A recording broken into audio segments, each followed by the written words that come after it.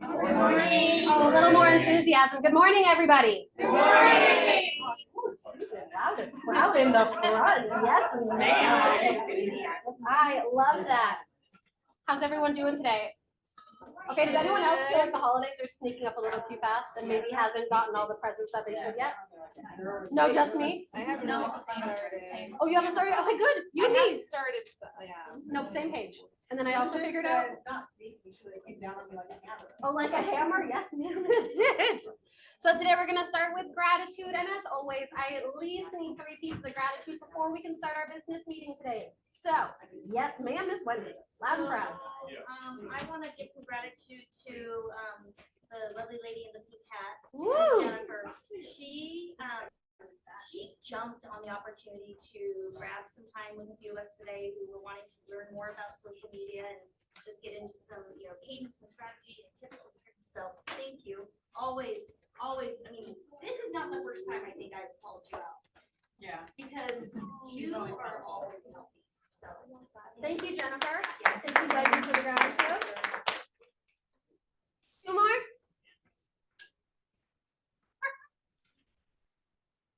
Yes, ma'am.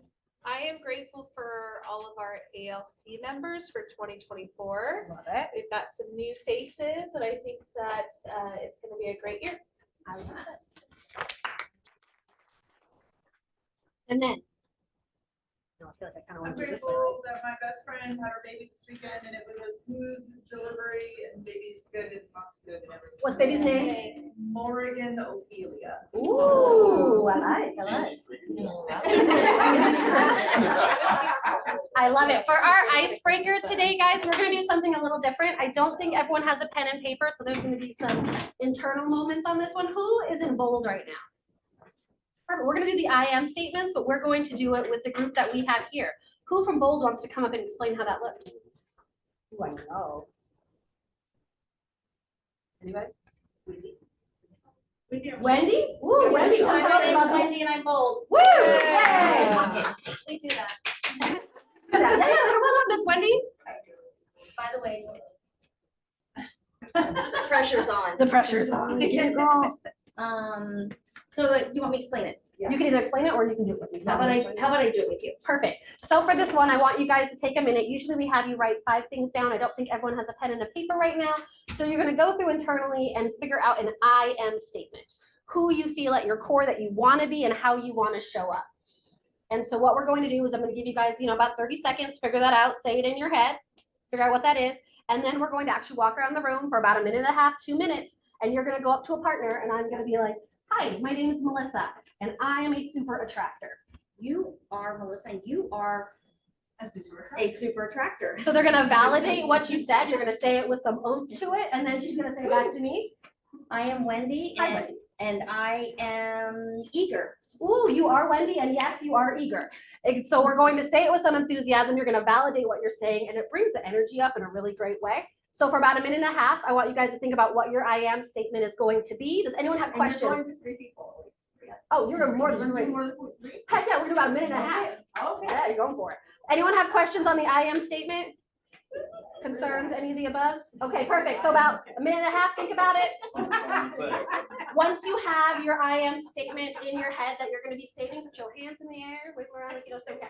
So just keep them up because I want to make sure everyone's hand is up before we get started so that everyone has your I am statement. You just do one I am statement, but you have to go to at least 3 people. Everyone have their I am statement? Yeah. Okay, wait. Do you need help with it?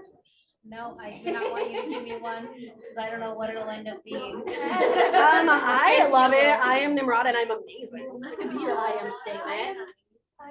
Yeah. It could be anything you guys want. Okay, so everyone has it?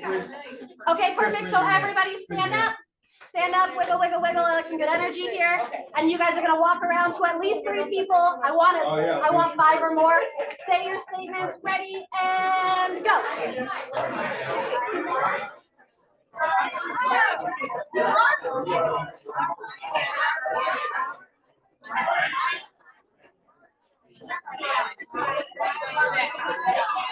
Hi.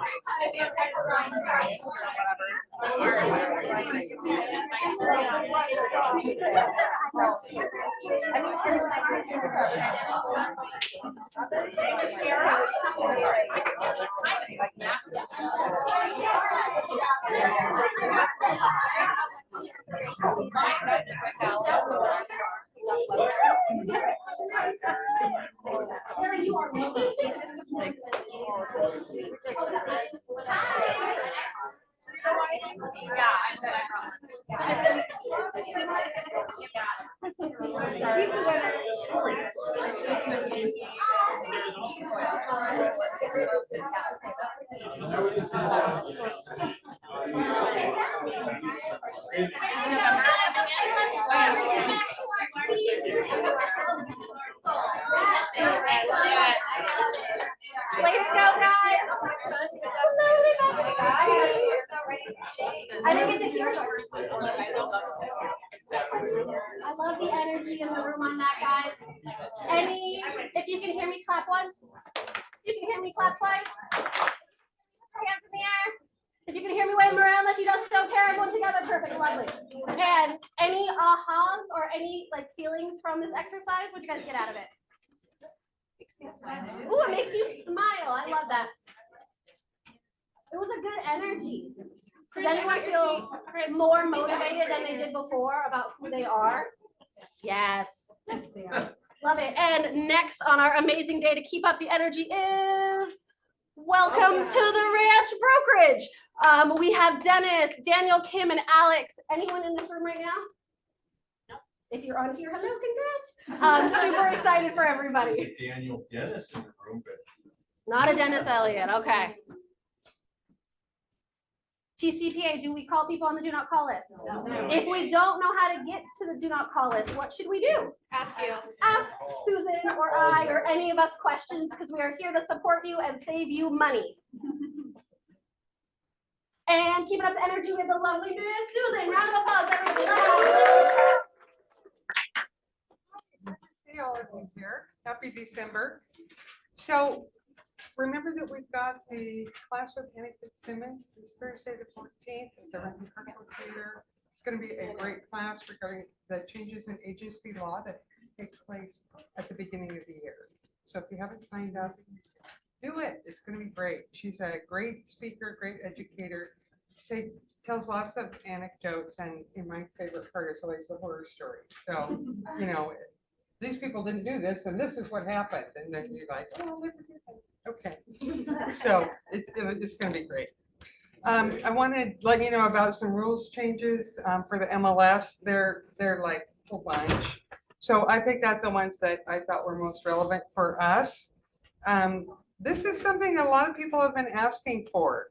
The required turn-in on the listing is now, instead of being a 30-day time frame, it's going to be 90. Yay! And there's no more 5 p.m. deadlines. You know, midnight, you know, 1 minute to midnight's fine, knowing most of you.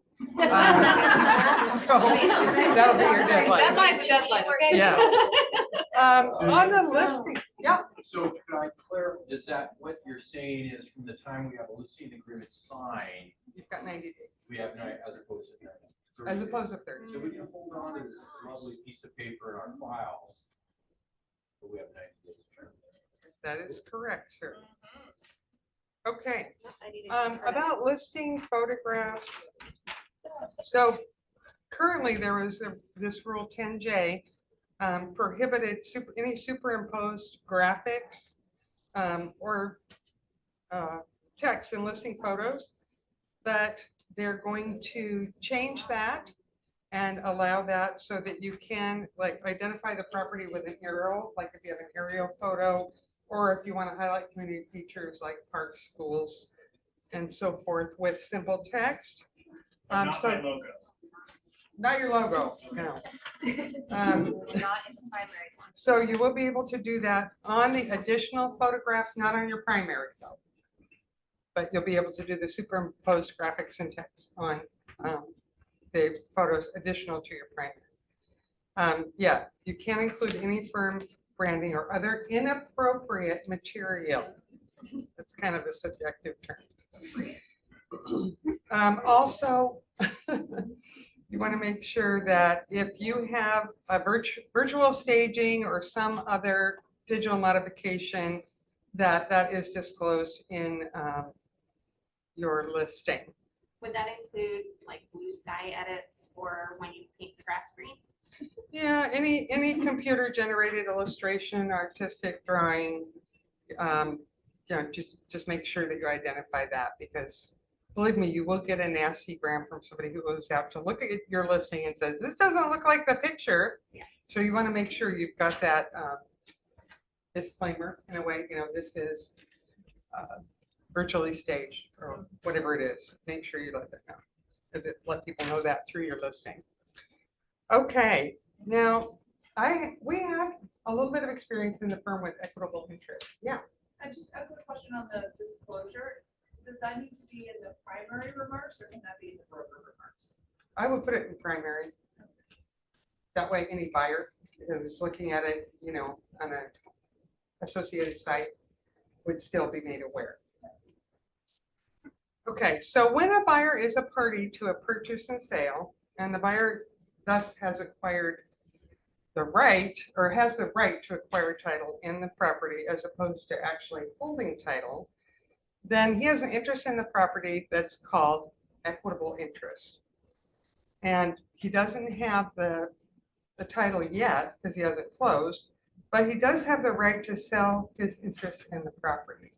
So this is when you get somebody who's it's in a purchase and sale as a buyer, but they're planning on assigning their interest, right? Or they're going to transfer their interest in the equitable title to someone else, then it's all going to close at the same time. So, of course, we have some new rules about that, and your buyer should always consult with an attorney. The seller can and may have specific limitations on the selling of the buyer's interest. Assignment language should be included in their purchase and sale. What does that mean? Me, Susan Vols, buyer, and or assign. It's like and or assign. So that's the assignment language in the name of the buyer. Buyer and or assigns. And make sure that if you are marketing this equitable title for a buyer, buyer isn't necessarily going to have access to the listing like, the seller would because they aren't entitled yet. So make sure that you address that in your listing comments. Now, if the seller wants to cooperate and, make it available for buyers' potential assignees to look at the property, great. But that's another step that would have to be taken.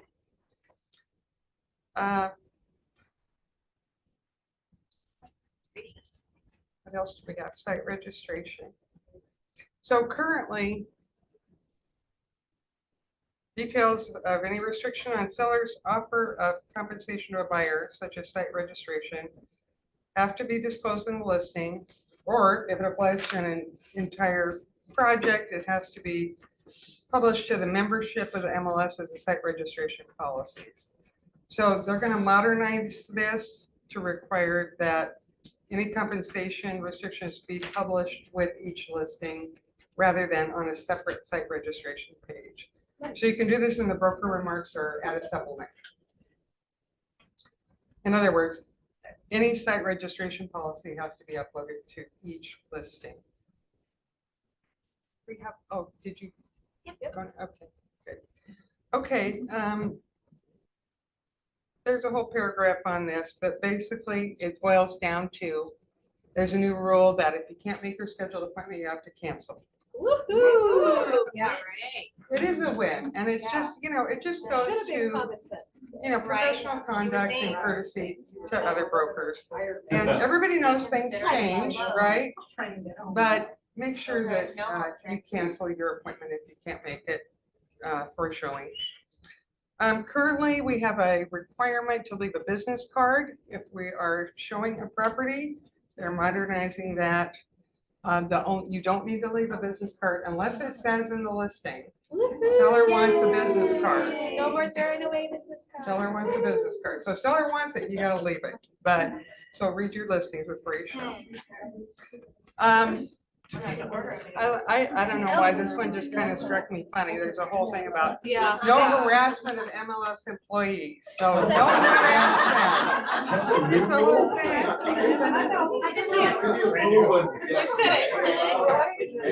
Don't harass them. This is a broker-owned organization.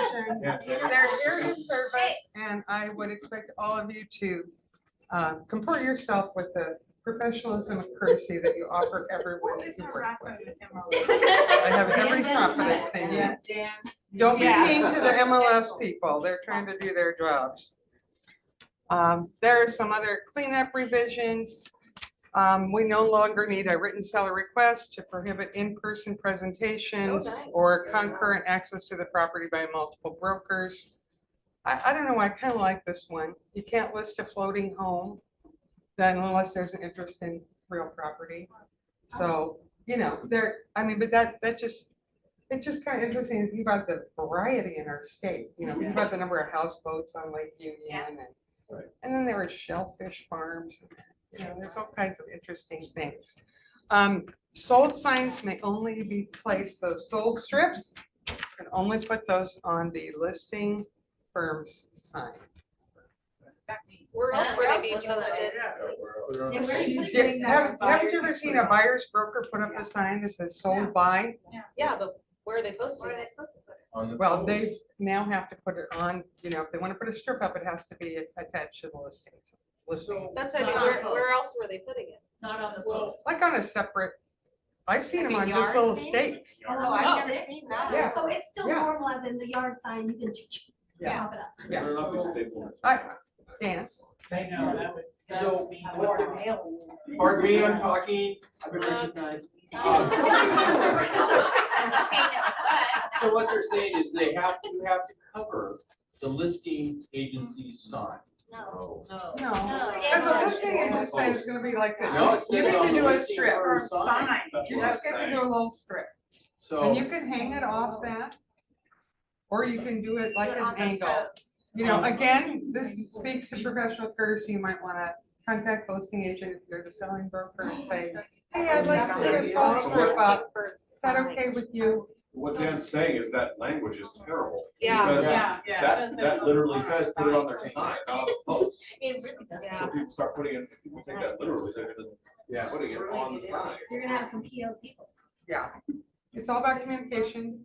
You're the selling broker, contact the listing agent, say, That is. hey, I want to make sure I get my. And that's why people get mad at people that work in the MLS. That's why the MLS is harassed.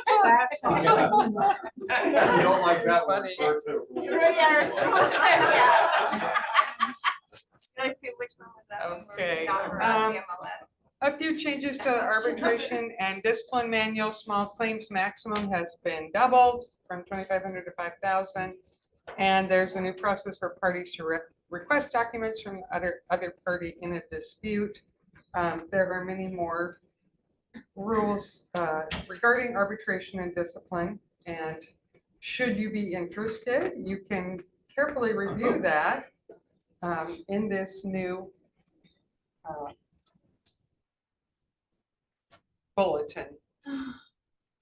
And of course, all the MLS rules are available on the site, and you can take a free class on MLS rules and regulations should you find yourself with 3 hours where you don't need to wrap any presents.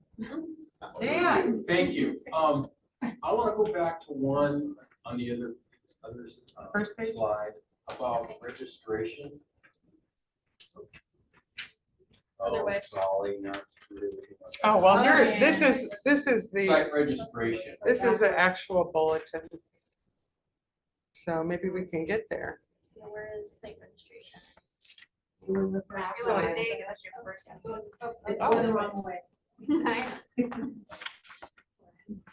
Never mind, it wasn't for it. Right there. Oh, there it is. Oh, okay, so this is all contained on Legal Bulletin 225, which is available on the MLS site. So my question Comes out is in your on Monday site registration. Does this also pertain, I'm thinking of new construction, but does this also mean when you have a open house? And you're asking for the people to come to the open house, you have to ask for the site. It's talking about the No. offer of compensation. No, it's, I can't read this far back on my phone. come talk to me afterwards. It doesn't have anything to do with open houses. Does not Okay. pertain to. So what site registration in what way? Like new construction, builders. Like they won't pay you if you don't register before you. Okay, all right. So they're just Alright, saying you now have it to makes put sense. that, if that is true, you have to put that on every listing. Okay, So that, understand. Yep, Okay. yeah, that attach it. Thank you, Okay. Miss Susan. Round of Yeah. applause. And we have market update and Lene is going to come up. Yay. Oh, my price is right. Where's my prize? Oh, damn. I thought it was like, you get a car. You get a You get a car, you get a house, everybody get some numbers. Okay, guys, are we in the habit of looking at the fast stats yet? I don't know. Have people been looking at the fast stats? Do people know how to get to the fast? No? Okay, there we go. Question. Okay, do people know how to get the fast stats? Yes. Is there anyone who doesn't know how, like to be brave? Yeah, tell us. Okay, Emily? Vanna? Vanna's retiring here. This is gonna, give me just a sec. You talk Okay, while I. okay, so why is it important to know your numbers, guys? Numbers matter. All right, awesome. What other resources do you use besides fast stats to have, to be able to talk to clients about really what's happening and not what's happening in your head? Because if you're not using stats, you're talking about what's happening in your head, right? Yep. So what else, what other kind of resources are you using in order to find statistical information to go over with your clients? Yeah. Simple Sparks. Does anybody use Alan Pope? Yeah. Okay. Trend graphics. Okay. All right. Anything else? Does anybody have a Google alert set up so that if there's an article that comes out about real estate for the day and it's trending, that you get it sent to your email box? Oh, they just said that. That's a different class. Yeah, She's like a class. Yeah, so you can Google how to set that Google alert up, right? Good answer. Okay, so to get the fast stats, you're just gonna go to InfoSparks.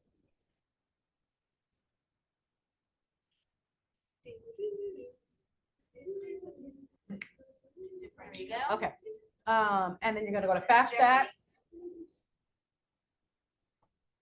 Then you're gonna select an area. You can do county, you can do zip code, you can do lots of different things. So not the entire, let's go to King County. And then you can compare month over month. So you can look at last month's report versus this month's report. You can do it by zip code. And so this is King County for, we look back, right? So November is the full month of information we have. And so is there something you guys, when you look at this report, is there anything that you're noticing about what's happening with listings, pendings, closed, days on market? I'm gonna come back to this, so it's a little bit bigger. Okay.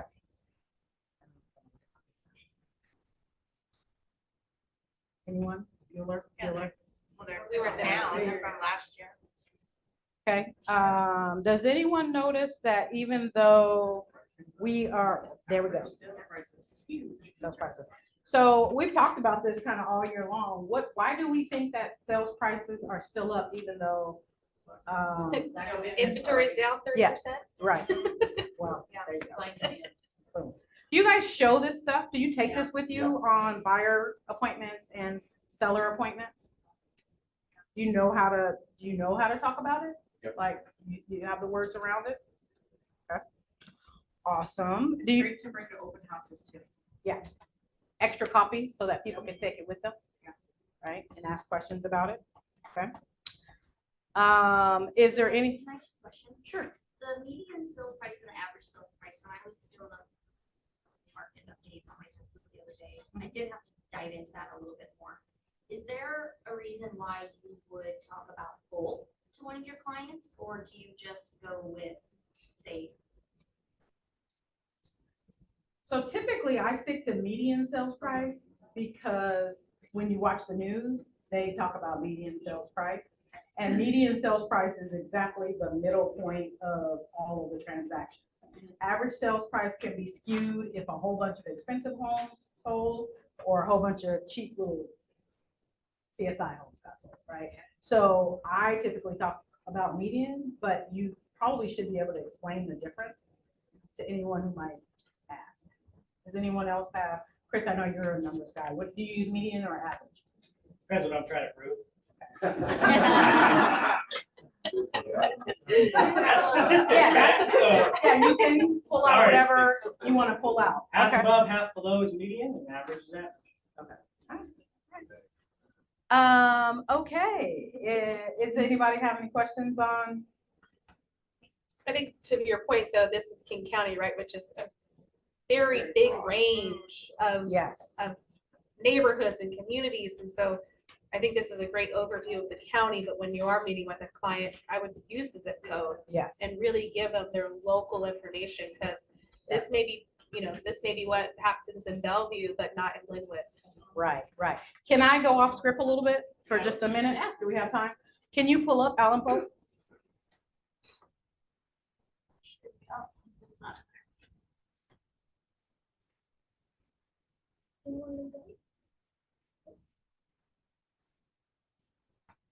Any other comments while we're waiting? It's ALAN POPE, and it's actually Alzheimer's or something. They changed it.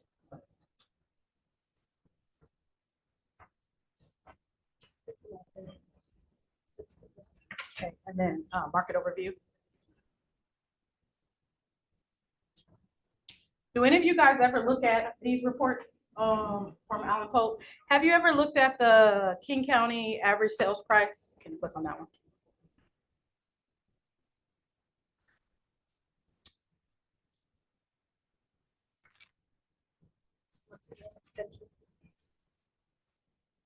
Going.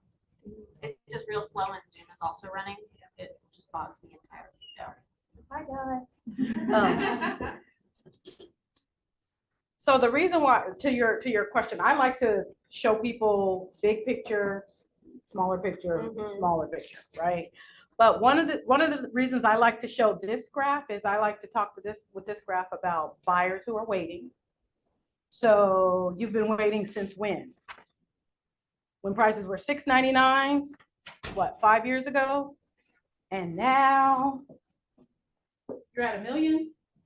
How's that waiting working out for you? Right? Or if I'm talking with a client about if they have the luxury of planning and strategizing their time frame, if you're talking to a seller, we look at this. Like if you look at these lines here, these are always dips. So this is winter months. This is spring. This is winter months. This is spring. This is winter months. This is spring. So when you're talking with a buyer or seller, if you're talking with a buyer, do you want to be buying in the winter months when stuff is cheaper, or when prices plateau for the year? Which would you like to do? Such a great visual. Right? So even if you don't know how to talk about the numbers, the visuals you can talk about the general visuals. Everyone can get that. Do they just have pricing on this, on Aleppo? What do you- Like, do they have other stats of inventory or interest Yeah, rates or? so if you go to the market, back to the market overview. So you can look at everything. You can look at 10-year cycles. You can look at, so King County.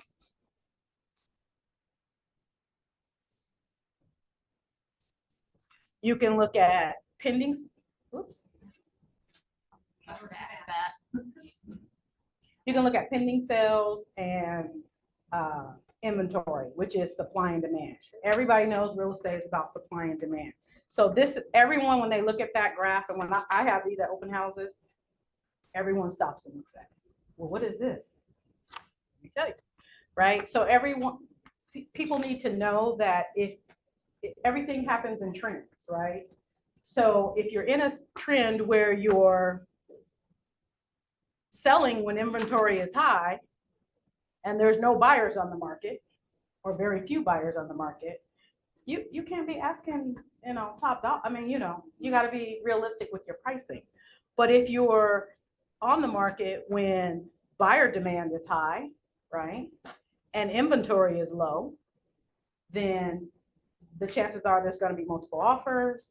You can maybe add on a little bit premium for your pricing.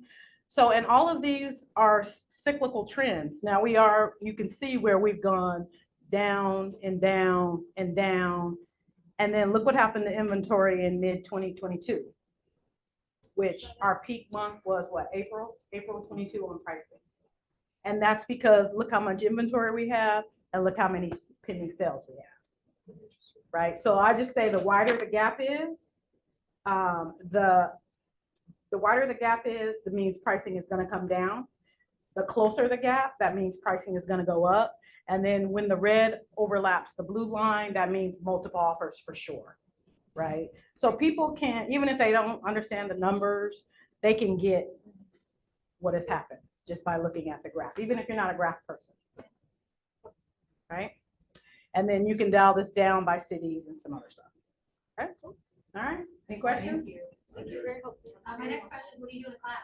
So I will put together a class because you guys know I'm like a numbers geek. I think Chris is the only other person that looks at the key report and some other stuff. So yeah. So maybe I'll get with him and he'll help you. But it does help to be able to prove your point. You're not talking as much. You're just going over, this is the market we're in. What would you like to do? We can price ahead of the market, below, at the market, below market, based on what the market is doing. So it takes some of the burden off of yourself. And a lot of times I'll send the stats ahead of time, whether they can read them or interpret them or whatever. Most of them can't. So, but it makes our conversation a little bit more robust if they know what the market is doing, right? Thank you. Thank you. Next, we have a lending scenarios with Greg and Debbie. Hop on by. Debbie. There's no clapping. Yay! Hey, we have a new rule also, no harassing the lender. Starting January 1, so Dennis. That's Mr. Dennis to you. No harassing. So last meeting, we talked about race down, right? And I said, hey, maybe everybody should put on Facebook or Instagram or MySpace or whatever you use. What would it take for you to act, right? And some of you did it. Anybody do that in here? Eric did it. I was watching, the conversations were good, huh? I thought it was great. If you haven't done this yet, you should do this because since we met last month, rates have come down another 0.5%. Yay. So if you go back to October 19th, that was the quote high point, 8.09. Today we're at 7.09. Who can answer what happens to your buying power when rates go down 1%? How much? 10%. That 10%, Troy. Got it. 10%. So. Those that you're actually. Oh, was it Edgar? Way to be in culture. So, Edgar's right, 10% buying power, okay? So if you had a client who talked to one of us and and they were qualified for 400, now they might be 440, right? Are we still seeing homes sit on the market? Yes, okay. So buyers got 10% more. Sellers, homes are still sitting on the market. So we have sellers dropping their price 10%. Now could be an awesome opportunity for those people. Yeah. Right? But it's a holiday month, Doesn't matter. right? So Ed Milet says, you know, it's a holiday, not a holiday month. But in our industry, and especially this year, I mean, can I get like, this year sucked, right? I mean, for most people, this year sucked. pretty good year for everyone. Yeah. This year was terrible. As a matter of fact, I'm leaving Friday. I'm going to Disney World for a week so that I can eat as many churros and drown in my sorrows of this year and then get back and get after it, right? So give yourself the time to change your mindset. So give yourself that time during the holidays, but remember, we still got to be reaching out to some of these people because what happens January 1? Everybody's ready. Everybody's gonna work out, they're gonna go on a diet, they're gonna buy a house, like all those things are going to happen January 1. So I can tell you, over 18 years in the mortgage industry, the #1 lead count month of the year is January. And sometimes it's like double what it is on any other month. It just depends on the year, what's going on in the year. So Lene shared this great chart, and that chart, you guys should all use that chart, by the way. What you're seeing, if you look at the end of that chart, is you're seeing listings continuing to go down. I don't follow the stats like you guys, but I did hear somebody say that we've had lower listings for like 17 months in a row or some crazy thing like that. Okay. So listings are heading down, but Melissa said it, probably we were all chatting, so probably didn't hear. What did you say when rates go down 1%? 5 million more buyers. 5 million more buyers come into the market. So what's going to happen to that red line? It's going to cross the blue line again. And what did Lene say happens when the red line crosses the blue line? Multiple offers. You know that's going to happen. We owe it to our clientele to go out there and explain this to them, because they will wait and then they will be pissed because they don't have money for a 2280.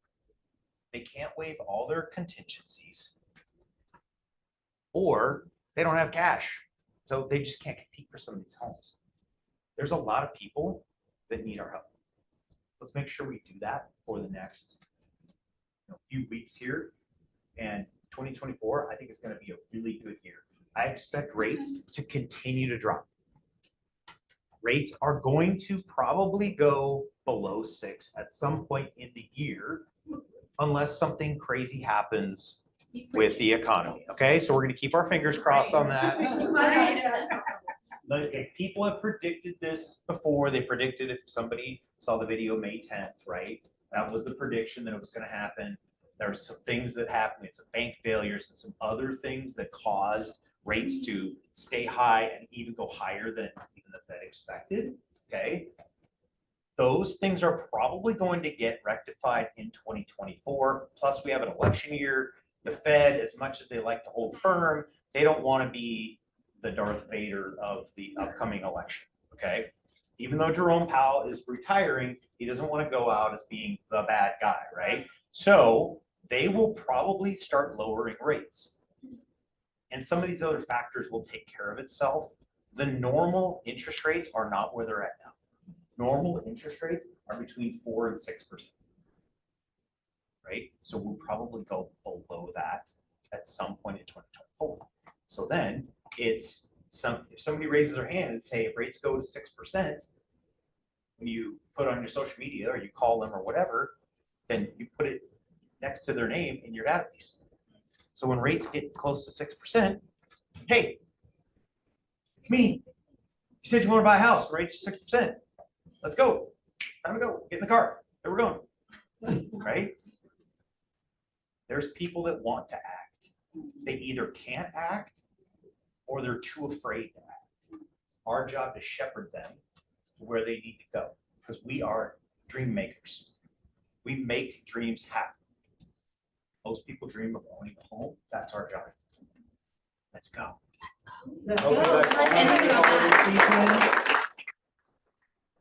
Need us, you know where to find us.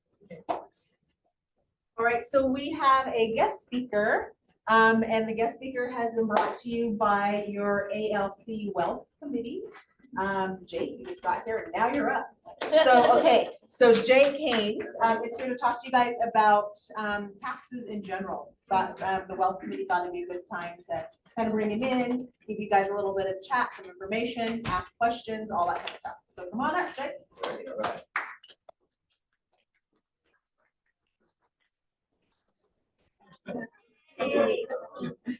Everyone got a flyer here, right? Yep. S corporations. Yep.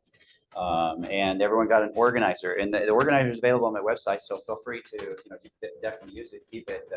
And if you want to just enter it in on the website, and just to note, if you just want to place it, just type in all your expenses for whoever you're using, whether it be or someone else, right? Type it in and save it as a different name, and then you have the file as a PDF.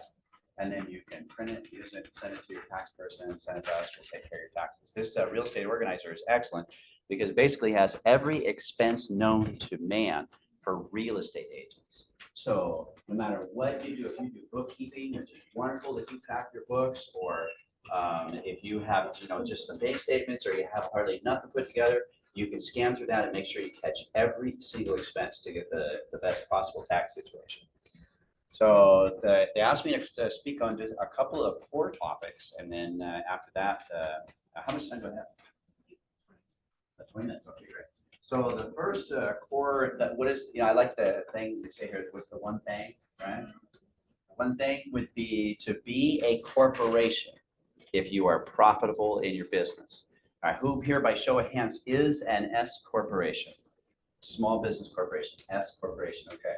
So if you are showing a profit in your business of greater than $20,000, after you've written off everything that you can, and you're showing a profit of greater than 20, then you absolutely should be an S corporation, okay?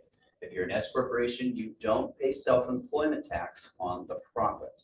The profit is passive income rather than earned income, subject to 15.3% self-employment tax. So if we use a scenario, let's say that you make, like 100 in gross revenue as an agent, and your profit is 50,000. If you have 50,000 of profit in an S corporation, you're going to pay 7,500 in self-employment tax. And then that 50,000 will be part of your income. If you're married, your spouse has other income, and you have all this stuff, you take all your deductions, and maybe you owe a few thousand in federal taxes, right? But you'll have 7,500 just in self-employment tax. And if you're an S corporation and I'm doing your tax return, you're going to have about 2,500 in self-employment tax. Okay, so you don't abate self-employment tax if you are an S corporation, but because you have to take a salary as a shareholder in the S corp. So whatever you take in the form of salary, you pay the equivalent of self-employment tax, which is Social Security and Medicare tax on that salary. So you're not abating it, it's not completely gone, but you minimize it. So if you're making a $50,000 profit, you're going to save right around $5,000 to $6,000 in taxes, just like that, right? By being an S corp. And so if you are an S corp, right, and you're not using our service, and just period, here's a few things that you should take into account. The first is the IRS says you are required to take a reasonable salary for your position if you are an S corp. Okay, so the question is, what's reasonable? All right, and the IRS does not necessarily have an answer, but in this, what I do for our clients is I say you should take 1/3 of your profit in the form of salary. So if you have a $60,000 salary, or excuse me, gross profit on your S corporation, then we're going to give you a $20,000 salary, and you're going to show profit of 40,000. All right, that would be a reasonable salary for a shareholder in S corporation. Now, if you look at the charts on the website that the IRS furnishes and stuff, they're going to say, well, a reasonable salary for an officer is $58,000. Okay, If you're making 60,000 in profit and you take 58,000 in salary, then you're acting just like a sole proprietorship. You're paying self-employment tax on all your profit. You might as just well been a sole proprietorship. All right. So you take that $20,000 salary and you pay in some Social Security and Medicare, you pass by the IRS. Don't not take a salary. No matter what the circumstances is, if you are an S corporation, you do not take a salary, right? You have to take a reasonable salary. So anyway, $20,000 be reasonable. Let's just say you get audited by the IRS and you took a $20,000 salary, okay? And you said you showed 60 in profit, took a $20,000 salary, so you have 40 in profit. You get audited by the IRS, okay? And they're gonna say, well, we think that a reasonable salary is $58,000 for a real estate agent, so we're gonna assess you a $58,000 salary. And I'm gonna say, kiss my ass, he's taking 20, and that's all that they're taking, all right? And the IRS is gonna say, well, no, we're gonna say 58,000. I'm gonna say, I will see you in court, I win. There's no question, I win. But if you're an S corporation and you have not taken a salary as a shareholder, so no salary, and you have 60,000 in profit, that's why you got audited, by the way, because you didn't take a salary as a shareholder. Fastest way to get audited in an S corporation, don't take a salary.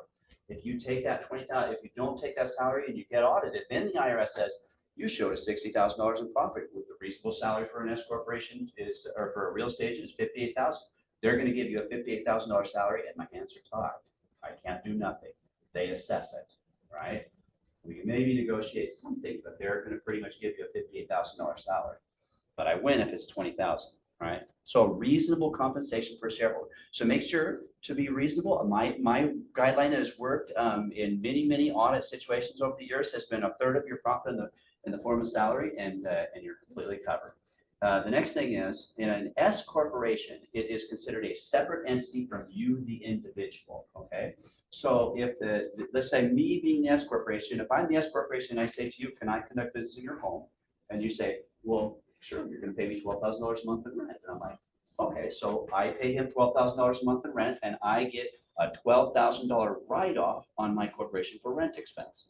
And he, in this case, you know, it's your business, and so your business gets a $12,000 write-off, and you personally recognize $12,000 in rental income.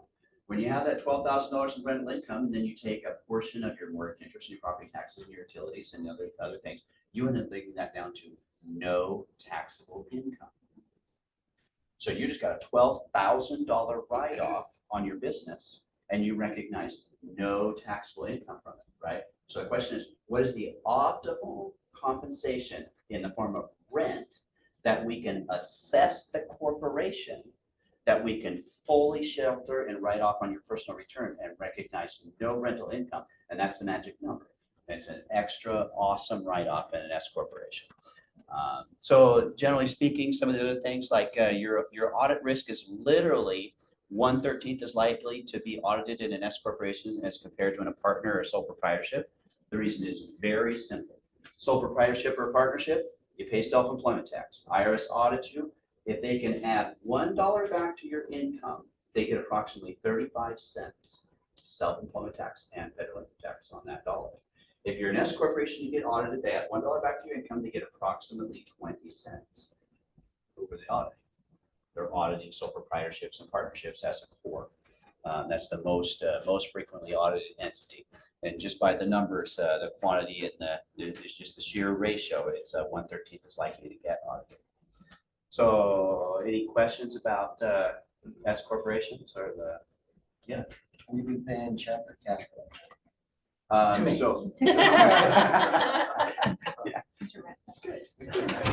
Yeah. You mentioned the rental, is that, are you referring to like a home office or? Yes. Okay. Yeah, So that's basically your home office allocation. Yeah. is my understanding correct that you've got to pick a room and that's the square footage divided by your total square footage, or is that? So the not- technical rule is that if you get audited, we're gonna go and we're gonna make that room look like a beautiful little rental facility, right? And you're gonna rent it and it's gonna be classified as such, right? If you were to be audited and they choose to do an office or a home office visit, which they can choose to do, right? But literally, the fact of the matter is, you can charge, if you're a corporation and the business is using your home, you can charge that business $100,000 to rent your place, okay? you can charge it whatever you want, okay? But the thing is, if you have $100,000 expense on your business, but then over here you have $100,000 of rental income, and you take a little bit of deductions and you have $90,000 of taxable, all you did was transfer the place that you're paying tax, Got it. right? So the magic number is what's the amount we can write off that we can just fully shelter down to zero, recognize no taxable rent, and we get a maximum write-off on this side. Yeah, you can charge rent. I have some people that for different reasons, they'll actually do that. They'll charge a large rent to the business for another purpose. Yeah. Okay. Yeah. Question. So you know how you're saying income starts income, a salary? Yeah. What happens if you need more than that? So the income that you make from an S corporation is two-part. You take the profit, and then you have the salary that you take. So, you know, you take a salary of like say $20,000, and then there's 40,000 left in the piggy bank of the business. You can draw that out as a shareholder in an S corporation. It's your income. You're going to pay taxes on it. Okay. So it's called, the technical term is non-taxable dividend distributions to shareholders. That's the technical term, right? But the reality is that you have a business and your personal, and ultimately in an S corporation, whatever the profit is after we take every write-off we can, that comes over and is taxed on your personal term. And that's whether you spend it or you never touch the profit in the S corporation. It does not matter.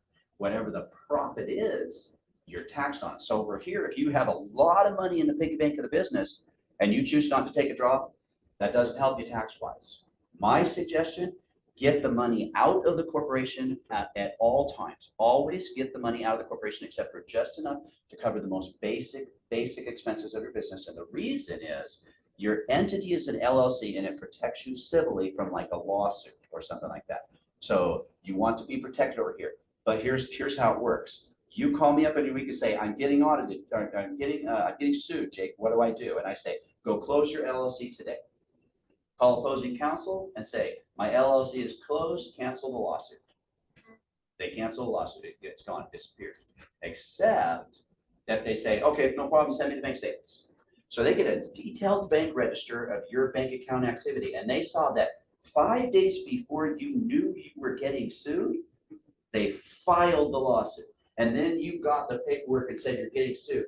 And 5 days ago, there was $190,000 sitting in your business bank account. And they're going to say, no problem. No problem. Go ahead and close the business. Just write us a check for $90,000. We're good. And they'll take the $90,000. They'll take whatever the assets are of the business are theirs. And you walk away from the lawsuit. But if you've got $1,000 sitting in the piggy bank of the business because you're careful and you get your money out, right? And then you do this whole thing and you close the business, and then they say, show us bank statements. Oh, there's $1,000 in there. The attorney's going to say, that's not enough time for me to deal with. You know, I'm not representing you anymore. Cancel that lawsuit. Yeah. Just to confirm, you're saying it's on top of your salary every month or once a quarter, you just transfer all the money into your personal account. Exactly. Without doing anything specific. That's right. Yeah, just draw it out and take it as shareholder draws, right? Don't use the business for anything personal. Draw it out of the business, put it into the personal, and it's your money, go do what you want. My suggestion for most individuals, you take that and you put it into some kind of a money market or something. Hold it in there, and then when you have to make a big tax payment, you can transfer back into business and make a big tax deposit. But other than that, just leave it over here, let it earn some interest, and it's always yours if you want to do something with it, right? But preserve it for tax payments later. Yeah. Is there not a limit of what you can draw per year? Yes, you could draw out to the extent of net income, right? Accumulated net income. Yeah. Couple other questions. Can you tell us how many times you've been audited? Not you personally, your clients.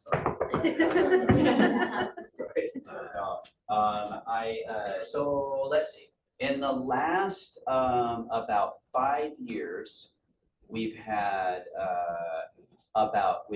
3 S corporations audited, and we do 1,200 corporate audits a year. So do the math on that. So do you back up your clients? Yes. Those audits and you go. Yep. Yep, absolutely. Yep. Yeah. Oh, okay, great. All right. Now, so individuals are different. You know, we've had other audits. Normally, The reason we have an audit is because someone comes into us and they said, we're getting audited, we did our own tax return, we were stupid. What do we do now, right? And so we help them get ready for an audit, and prep, and, you know, do everything so that literally when the auditor comes in to do the audit, I will prepare the audit for them. And it's kind of a fun thing. I'm like, okay, here's this account, this account, this account, register, this account, it's all in audit format. So just take a look at this and here you go. And they look at it and they're like, I'm gonna need a couple hours. I'm gonna need about 10 more minutes. You know?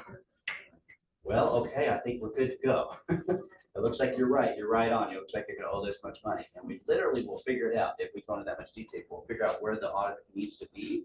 And if we do that beforehand, we can predetermine to some extent where we're gonna stand. And we present to them the picture that we want them to see for the audit. And we might just get them into a better position than if they just let the auditor just take everything and come back a month later. First of all, I want to put in a plug because we've been using your organization for about 5-6 years. Yeah. You've done a tremendous job. We've worked with you directly and with your team. We've had, you guys do, I don't want to call it an audit, but you went back and did a review. Oh. So on our books, and it turned out great. And you've helped us in several different tax situations. So thank you for that. So when are you gonna draw us for these Seahawk tickets? And then second of all. Are they even half the value they were in? Right. Oh my And then gosh. second of all, we don't have you provide this service. However, does your organization provide P&Ls on a monthly or quarterly basis for folks who work with you guys? Yeah, definitely. We do a lot of the bookkeeping and do the P&Ls, and we do the taxes, and we do a lot of payroll, a lot of officer salaries, right? And yes. Yeah, do you recommend C Corps to pay medical, dental, tax? No, okay, there could be a situation where a C Corp is warranted. The tax rate for a C Corporation is 21%, okay? So the individual tax rate, when they go over 21%, in other words, when they're at 22%, then if the circumstances are right, it's better to maintain a 21% tax bracket rather than here you go from 22 to 24 under individual tax rates and up to 35%. And if you maintain the corporate tax rate 21%, it could be more advantageous. So yeah, we do have some entities where there's some individuals where they have an S corp up to the cap at the 22% tax bracket, and then the rest of the income they keep at 21% in a C corporation. That would be the structure that would be optimal. But as far as for some extra write-offs in an S corporation, you can write off benefits if you have payroll for the shareholders or for the employees of the entity. So are you guys CPAs or tax preparers or what's the Yeah, difference CPA of all firm, those yeah. things? So a CPA is like the stupidest thing in the world. You take this test that will never apply to absolutely anything on the planet, right?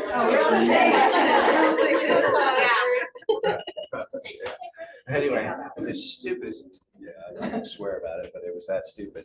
Anyway, yeah, CPA. And then we have some enrolled agents at the office. So the enrolled agents is worse though. With the enrolled agent exam, you literally, if you want to pass the EA, the enrolled agent exam, you have to go in and take the test like you are the IRS. You have to say, yes, we think they should owe a lot of taxes. And you'll have the right answer on the test. It's wrong. But anyway. Yeah. What do you recommend for keeping track of mileage for vehicles? Yeah. So I just say use an app, just any app, and just track it on a daily basis. And we have a lot of people now that come in with a summary on an app that's great. So for a lot of people who don't do that, this is the way we do it.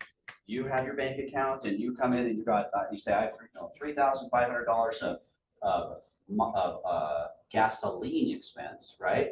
And literally, we can back into, based on your average miles per gallon in your vehicle, we can back into a really close estimate for what you got for miles. And if you're using your business card only for business and you have an expense for this is what the gas expense is, then we're going to come real close. And if you get audited by the IRS, shoot, we will have the mileage logs. So I'm in the auditor. I'm sitting in front of the auditor in downtown Tacoma and getting this for this client. We're doing this audit, and the lady, the auditor says, so have you got the mileage logs for these write-offs? And I'm like, oh, no, I don't have that. And she's like, okay, no problem. Just bring it in, just send it to me. And I'm like, so how's that work? You know, what's gonna be the situation here? And she says, oh, you know, as long as you don't have more than 30,000 miles, I'm just gonna, you know, check it off that you got it. I'm like, all right, so we don't do more than 30,000 miles per vehicle. That's kind of the golden rule, right? I actually talked to another auditor about that, and they were right there with that. You know, it's kind of like it's a benchmark, 30,000 miles per vehicle. Now, not to say that you do 29,999 miles, Yeah. but depending upon the activity, is it warranted, right? And that's usually the way we'll, you know, reasonableness test. Yeah. So cost segregation analysis, and you guys are probably kind of familiar with it, right? Done the cost segs, or who knows about it, what a cost seg is, okay. So with the cost seg analysis, what you do is you have a commercial or a residential property, and with this property, a cost seg analysis will say, we'll go and they'll say, well, those fixtures are not gonna last the full depreciation length of a property of 39 years. Those are only gonna last 5 years, and that's gonna last 7 years, and that's gonna last 10 years, and this carpet's only gonna last 15 years. And so they say, there's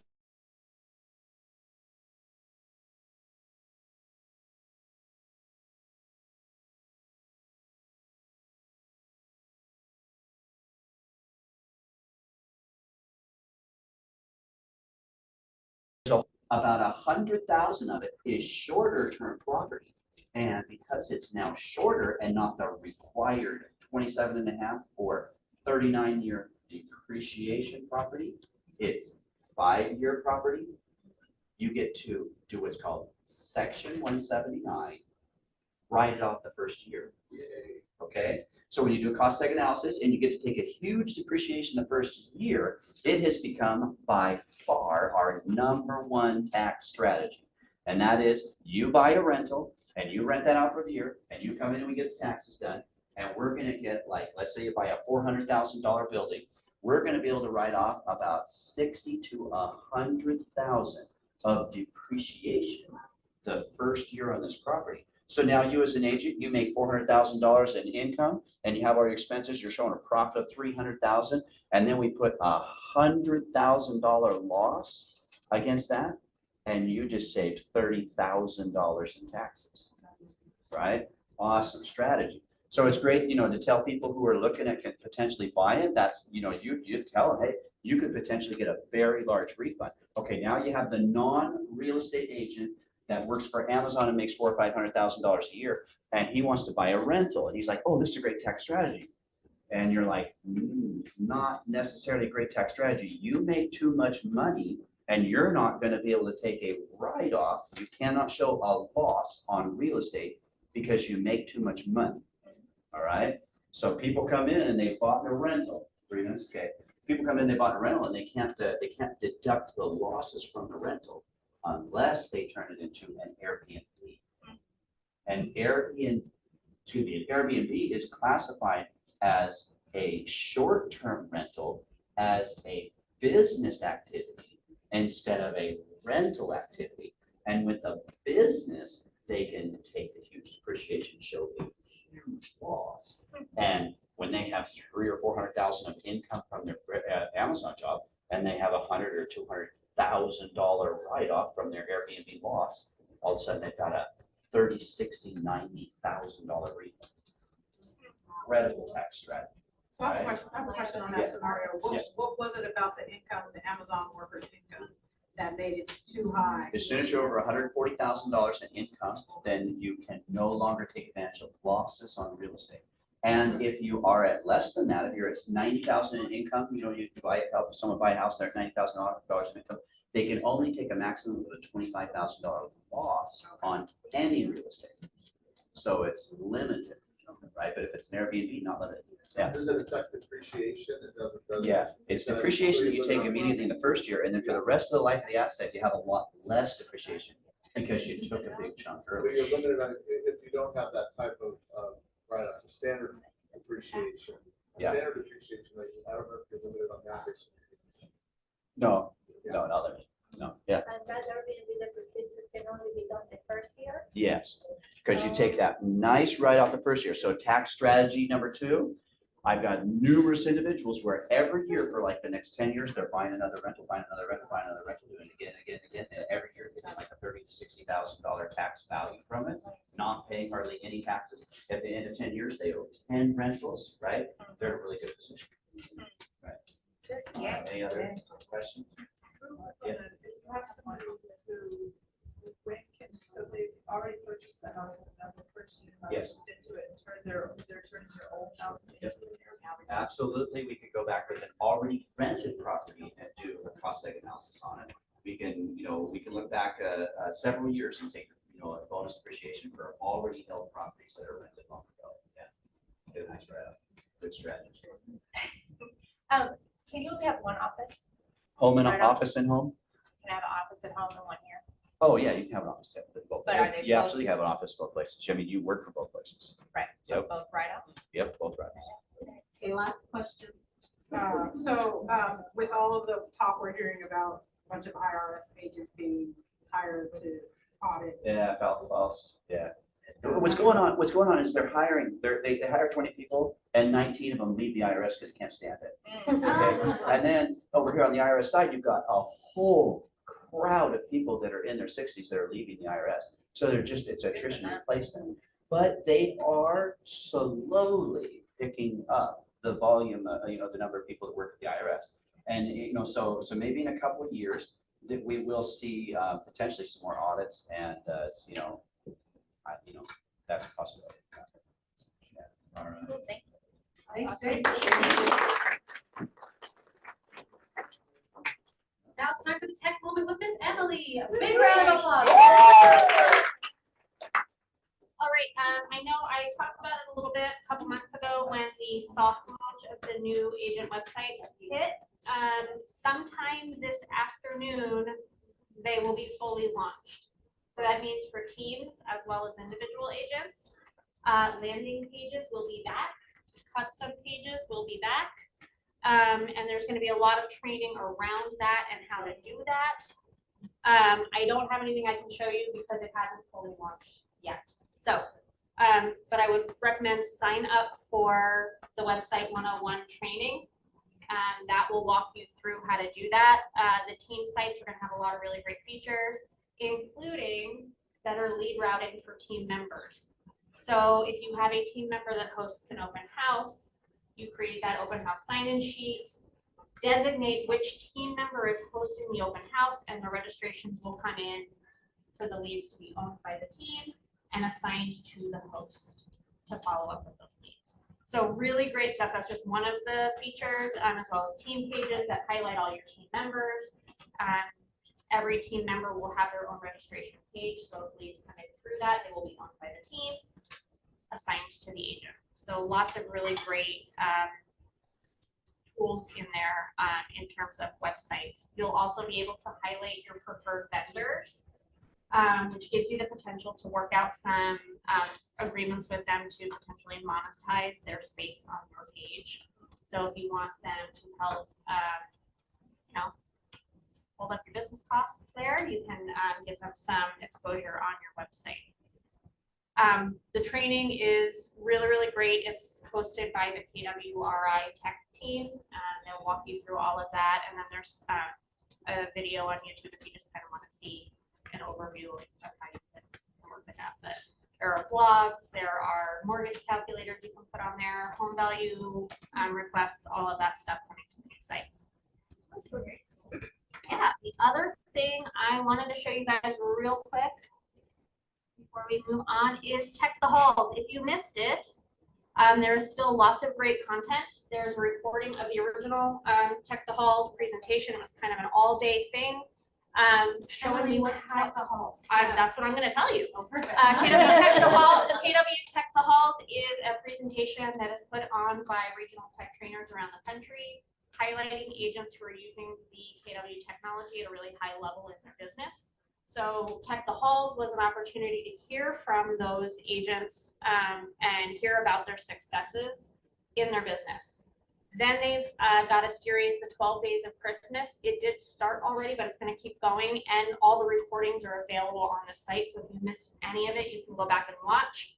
The 12 Days of Christmas is like the nuts and bolts of how to do what the Tech the Halls presenters we're talking about. So they came on, talked about their successes, and then everybody goes, but yeah, how do I do that in my own business? That's what the 12 Days of Christmas is getting down into the how behind that. So kwtechthehalls.com has all of the replays. It has all the links to register for upcoming sessions. Crystal, our very own Crystal LeBron, is hosting on the 20th. But there's lots of really other really great speakers, and all the registration is available right on the page with which sessions are coming up. I wanted to point you to that really awesome resource. Thank you. Thank you. Thais? Yeah. Perfect. Thais is coming up next. Hands up, everyone's really excited.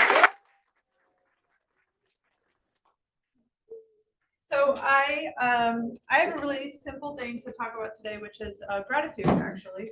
And I know that as agents, we spend a lot of time talking about making our connection calls and our care calls and all this kind of stuff. And I wanted to just do two things. One, remind each and every person here that we are privileged to do this job. We come into people's lives and we change their lives every single day. Whether we've got a first-time home buyer who is really excited to be able to pick out their own, furnishings and paint their house the color they want. If someone is in a tougher situation, whether they're grieving from a loss or a divorce or something like that, we make people's lives better every single day. So just to remind everybody that we need to find that gratitude in ourselves for the privilege of being real estate agents.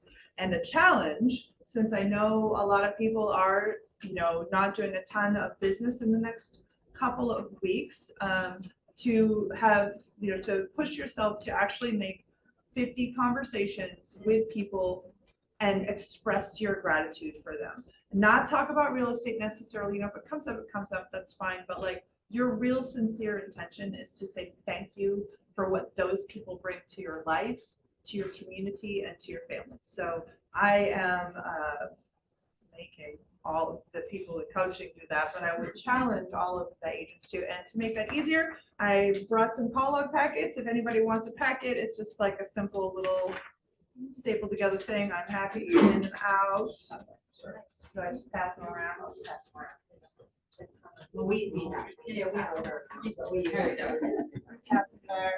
back to you want. Pass them along. And our so that's it. That's my simple challenge. Find your gratitude for your life and your community and your families, and say thank you for all the good stuff. Together. The 1992. Thank you, Thaisa. Thank you, Thaisa. Well, everyone just stand up for a second. I don't know, my energy went low from sitting on my butt for too long, so just do a wiggle wiggle. I just need a little energy shift, at least for me, because it's exciting for awards that are coming up next. I know, right? Stretch it out. Dog is stretch. Okay. Perfect. Okay, I'm gonna sit back. Thanks. Yeah.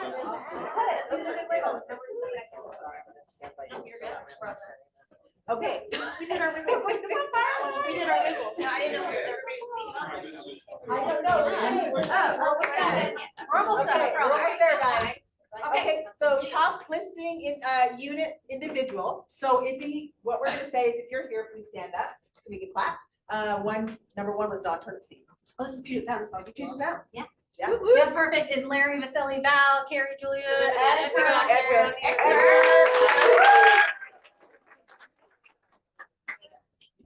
Perfect. And in Kent, Alex, Tia, Berlin, Tim, Brian, Noel, Hillary, Julie. Anyone here today? That's okay.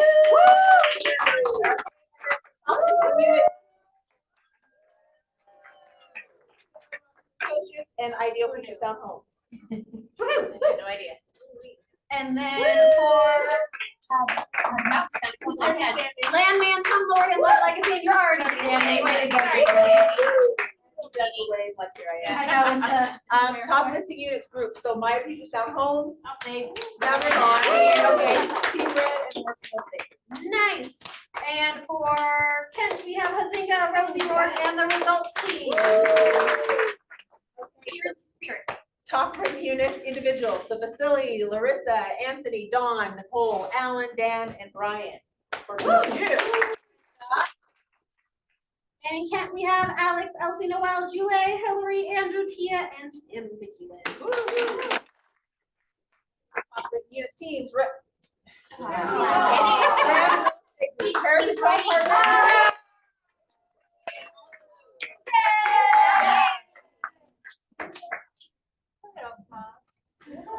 And for us, we have Landman, Love Legacy, and Tom and Lori Kittleman. And then you're standing right away. Top rate units groups, the team that rocks. The girls are home team and Fox Kids. And I see Bill almost every day. Check. Super early. Check and he's gone. And then top written units for Kent, we have Rosie, the results team, and the Hazinga team. Close volume individual, Edgar. Shar, Tina, Carrie, Dan, and Denise. And in Mountain Sound, we have Alex, Tim, Guru, Carly, Dee Dee, Tommy, Brian, and Lori. Top close volume, look at that. All right.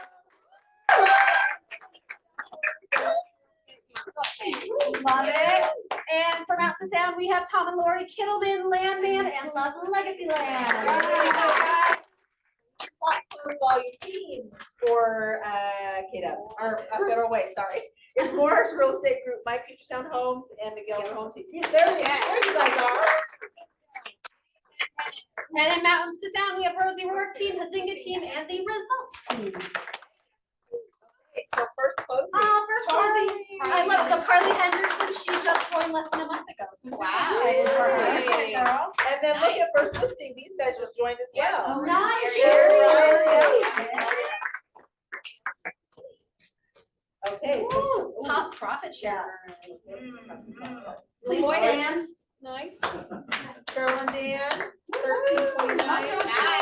Nice. So now it's 618. Very good. Love it. Nice job. Good job, guys. November cappers. Go ahead. I love it. Oh, I was gonna say, if you're here, read your name. It is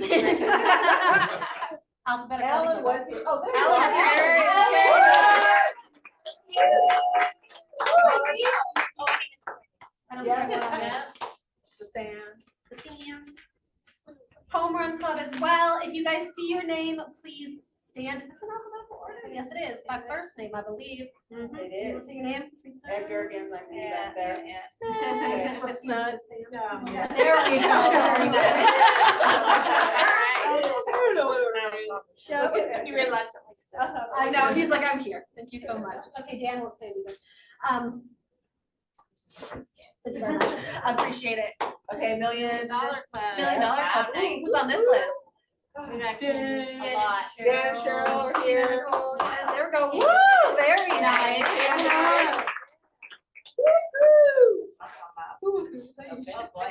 Million. $1 million.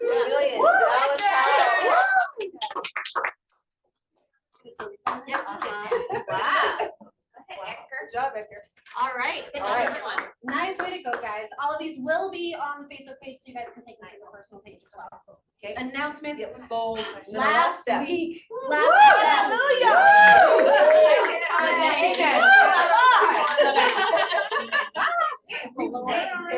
Super excited. Okay, who has signed up for Annie already? Perfect, okay. Few more days to get it out, December 14th, invite your friends, family, all the above. This isn't brokerage agnostic. This is for There everyone. is a small fee, and if you want to have CE, then it's like. It's $10 for no CE credits, $20 for 3.5 hours for CE credits. I'm gonna say this, please invite all of your friends, no matter the brokerage they're at. I had a lovely conversation with someone who didn't know this applied to them because they weren't part of the Realtor Association. They said buyer brokerage agreements don't apply to me. So we don't know what we don't know. You really need to be there. Yeah, exactly, and he's always there. Yeah, we want to make the industry better. Yeah, we want to make the industry better as a whole, so please invite anyone and everyone. Don't turn theirs in, do I get their paycheck? Yeah. I like that idea. We'll just take where. Half the time you do their work. Yeah, you for guys them, will take a Robin. paycheck that way? Was Okay. it just been recorded? It will not be recorded, this is in person.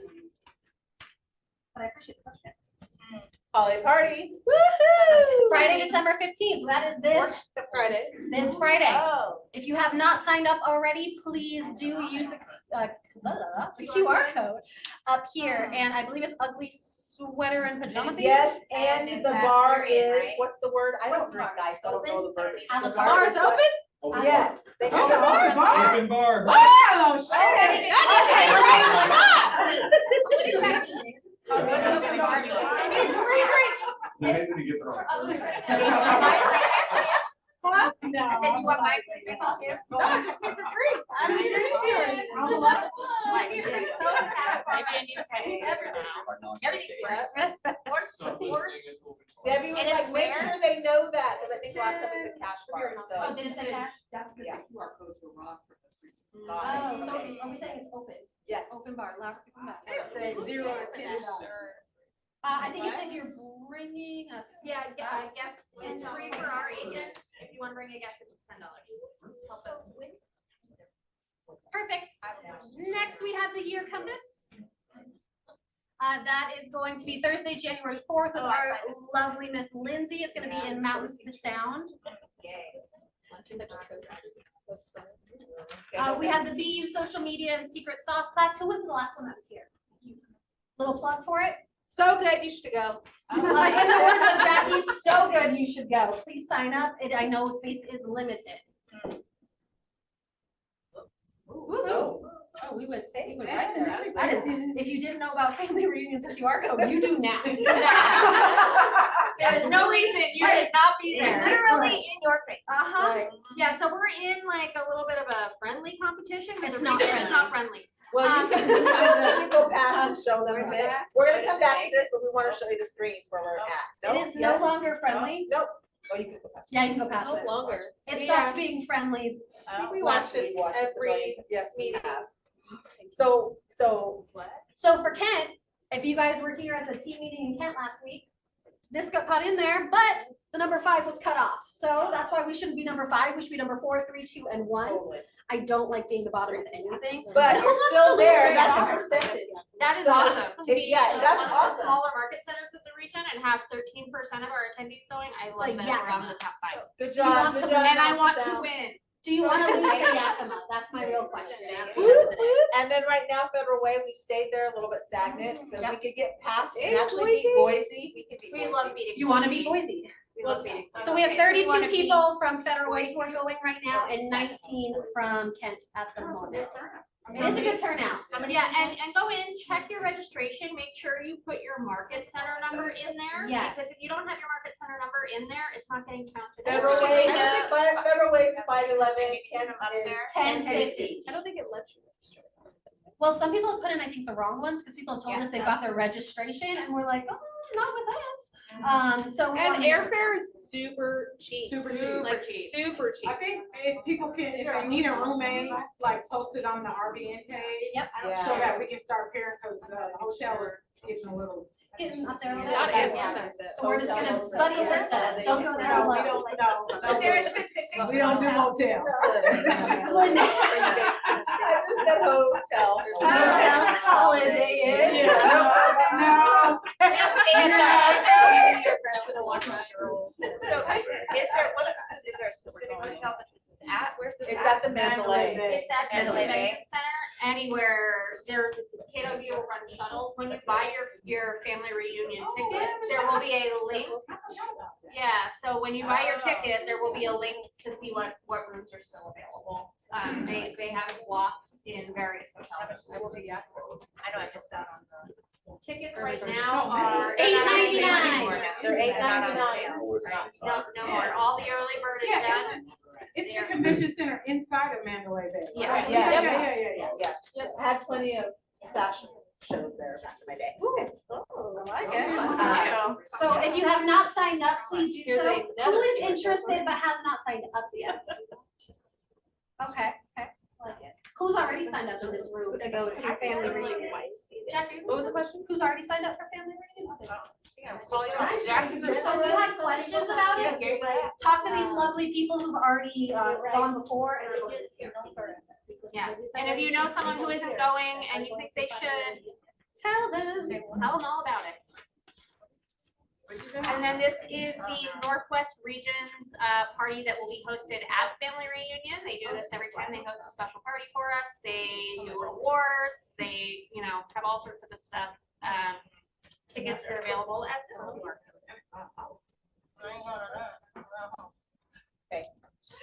We have. That's a really good area when it was not a great. We have Vision Breakfast happening on Monday, January 29th. Everyone take out your phone right now and please put this in your calendar. We'd hate for you to tell us last minute that you didn't know what day it was on. So Monday, the 29th. Monday, the 29th. It never happens. It never happens, but I want to make sure that we're all there because we want you guys there. So yeah. Oh, I couldn't hear you, sorry, I was gonna ask. And if you're ever wondering, it's always the last Monday in January. So Monday, January 29th, everyone together, when is Vision Breakfast? Monday, January 29th. Perfect, we're gonna tell everyone else about it. All right. Okay, Go for it. yes. No, That no. We all know about this. Yep, all the things that are happening, holiday party on Friday. The Vision Breakfast, we don't know yet, right? Oh, we don't Location? know. No, but It's the in location March. It is. is Federal Way Oh, it Performing Arts is, Center. okay, where it was last year. Where it was last year, the Performing Arts Center. All of this is also on the Facebook page. Yep. It is a physical calendar, and if you do this lovely QR code, it'll make it so it becomes a calendar on your Calendar. phone. Super exciting, so you guys can take it with you everywhere you go. When in doubt, trading. Go team. Okay. Yay! Yay! Thank you guys so much again for coming today. We hope to see you all on Friday. And we will be there.